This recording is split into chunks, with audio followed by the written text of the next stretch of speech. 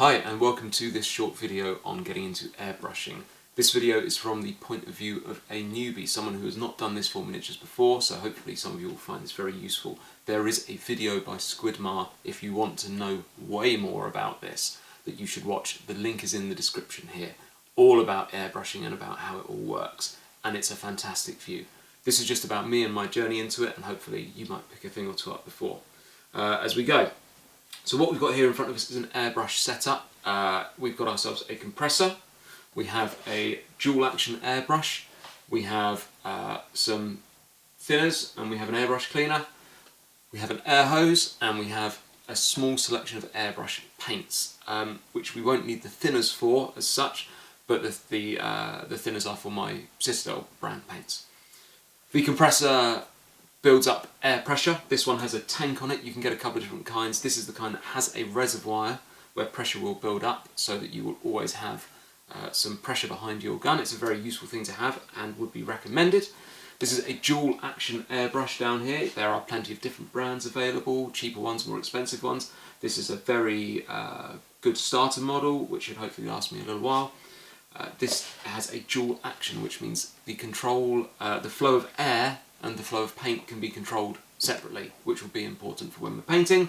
Thinners, cleaners, pipe and airbrush paints. Airbrush paints are generally thinner than standard acrylic paints, so they will travel through the airbrush easier without clogging. So what we'll do is we will plug the compressor in, we'll hook up the air hose. The compressor itself has a couple of things worth just mentioning while it's here in view. There is an on switch on the top here where the power goes in. There is a pressure gauge. There is a flow pressure valve.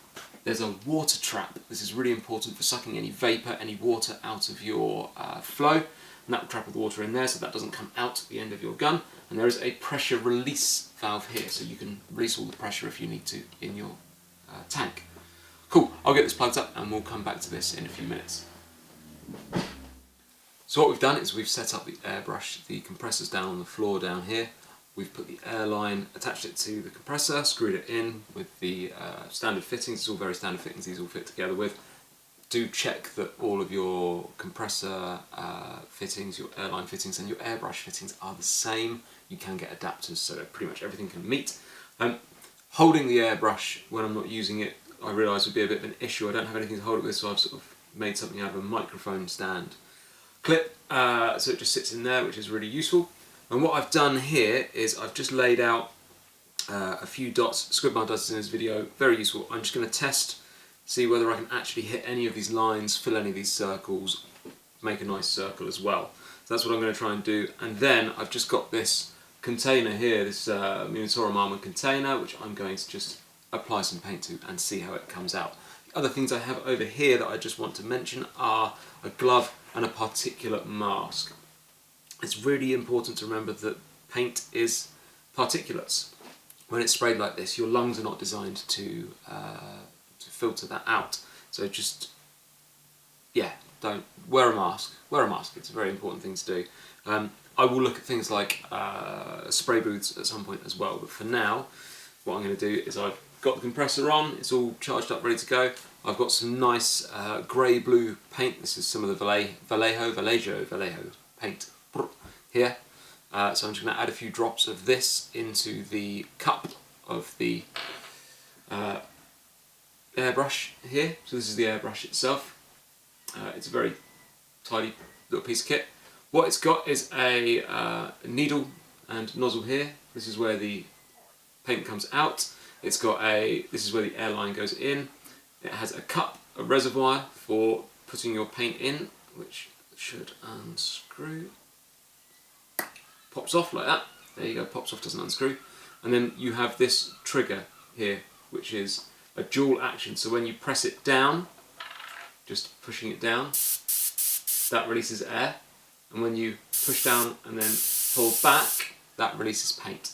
So everything we're doing here, so the pressing down, air, pulling back, paint. One of the tips that people always talk about is start the airflow before you then release the paint, because that means that the paint will come out in a really nice consistent manner. All I'm going to do is I'm going to add some drops into here. So we're going to pop our drops into the cup. Let's see if we can get a better angle with this. Put a few drops in here just to play with and see how far we go. I don't imagine that'll get us very far at all. You can see down in the bottom there we've got a little bit of paint at the bottom.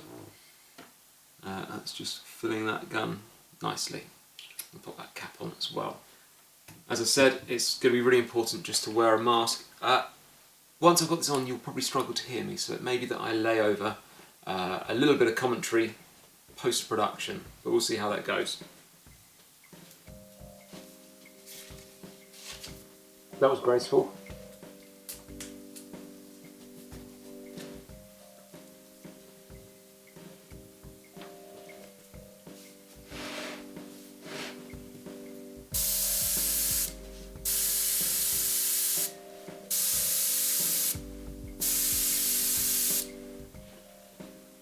Four dots.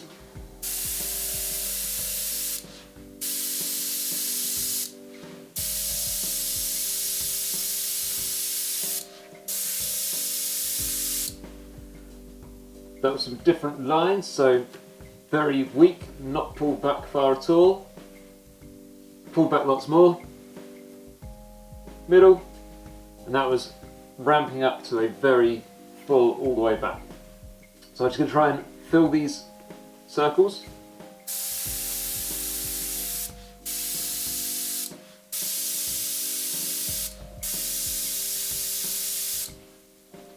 I'm going to just try and draw circles around here.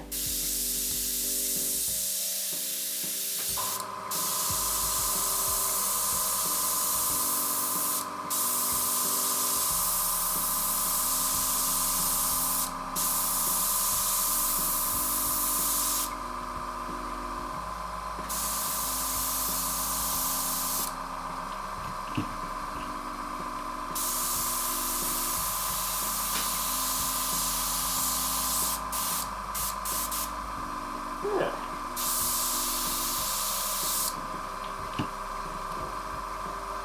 Cool. Just pop this off for a second. What you can hear in the background is the compressor working. Actually really quiet. This operates at about 47 decibels. So even though I'm talking over it, you should be able to still hear my voice. This means that it's actually suitable for indoor use. This isn't a giant garage industrial compressor, and then it switches itself off automatically, when it's full, when it's ready to go. So that's a really helpful thing. That's why these reservoir compressors are a really good idea, rather than one that has to provide a constant flow of compression from the piston the whole while you're working. So what I'll do, these have come out really well. Got a few different line thicknesses, managed to fill the circles, managed to hit the dots, managed to write my name in my terrible writing. I think I'm just going to try and put some paint on here and see how it goes.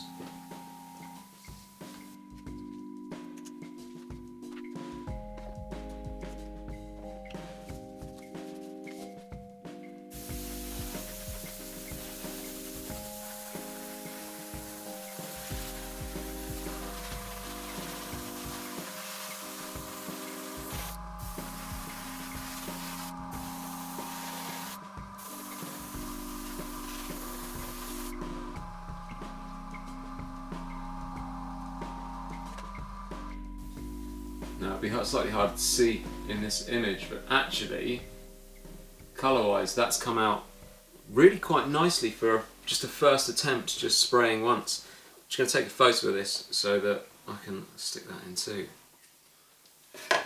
So for a first attempt, I'm really happy with that. And I think that in terms of speed, in terms of process, this is going to really speed up everything that I do with my workload. I'm really happy. The outlay, the investment for a compressor with a reservoir could be, with an air gun, I know that you could probably pick one up for about £80 using one of the big sites.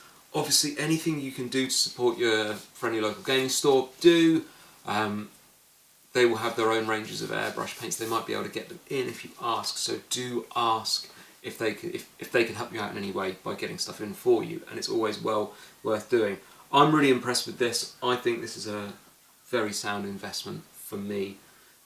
I will list all of the items that I got and I'm using. And what I'm going to do now is I'm just going to finish spraying this up with all the paint that I've got left. Then I'm going to clear up my airbrush, and maybe try something else. Thanks very much for watching. If you like what you've seen, do subscribe. My Instagram is Fosterian_108. You can see it on the screen.